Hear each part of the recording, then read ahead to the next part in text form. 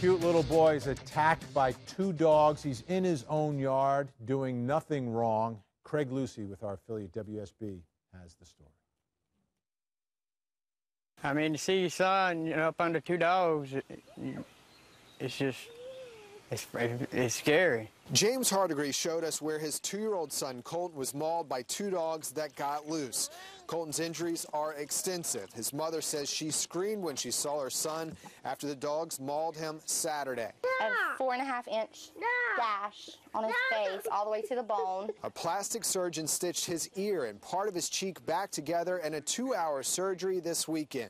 On the back of his neck, he's straight and he's got some puncture wounds. He actually has a stitch down here at one of the wounds. Colton's father says the loose dogs found a dead animal in some nearby woods. They were, I guess, playing tug of war or something at first. But then they got violent. Colton's dad said when he saw these two dogs fighting each other, he grabbed his son and brought him inside and locked him in here. But Colton knows how to unlock the door, and moments later, he slipped out. Colton's father says one of the dogs looked like a lab and the other was possibly a lab and Rottweiler mix that was dragging a 7-foot chain. Colton got wrapped by his waist in the chain, and then he just got mauled by both of the dogs. Colton's parents say now they want to find the dog's owner. The dog with the chain on it has to live somewhere in here. You heard that. One of the dogs has a chain on it. So the owner knows about their dog, knows their dog is missing, knows that their dog is responsible for attacking this little boy, and these dogs need to be found. Lindsey Brown is Colton's mom, and she joins me on the phone. Lindsey, thanks so much. How's Colton doing? He's just getting back to being his normal, playful self. Well, that's good news. Now, it's important to find the dogs, though, right? Because if you don't find the dogs, then Colton's got to get some shots.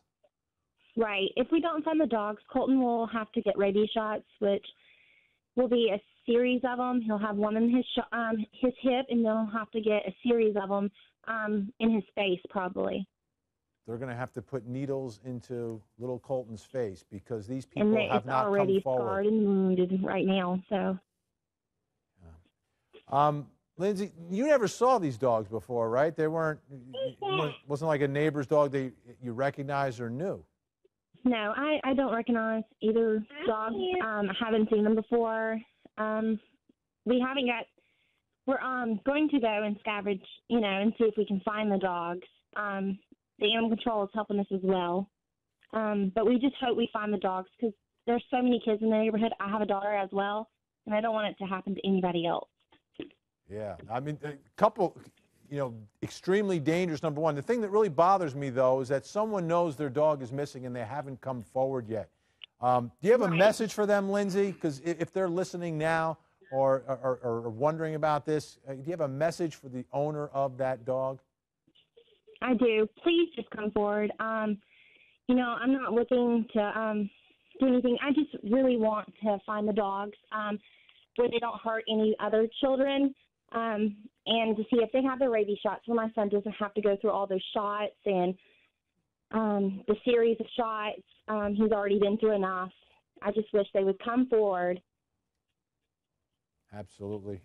Mike and Susan, this is difficult because it's really, really troubling me that the owner of this dog is not coming forward. And Lindsey seems to be holding up pretty well. It seems to have her right mind on her in terms of just wanting this dog to be found so it doesn't affect the other kids. And I think we hear Colton in the background there. Yeah. But this happens a lot. Georgia ranks number 10 in claims of dog bites. So I think something needs to be done. Right. Hold the owners maybe more accountable. Do you know the penalties of this?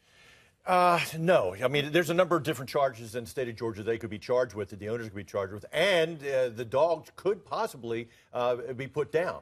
So maybe that's why the owners aren't coming forward. But, if they do find the dogs, even if they find the dogs and the dogs haven't had the rabies shot, at least they can test the dog to see if they have rabies and can keep Colton from going through this painful series of shots.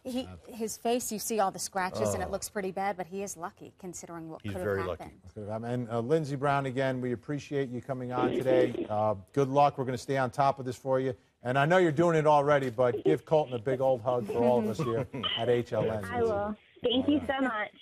I just wish they'd come forward. Really? Come forward. Yeah. Exactly. I think they will, hopefully.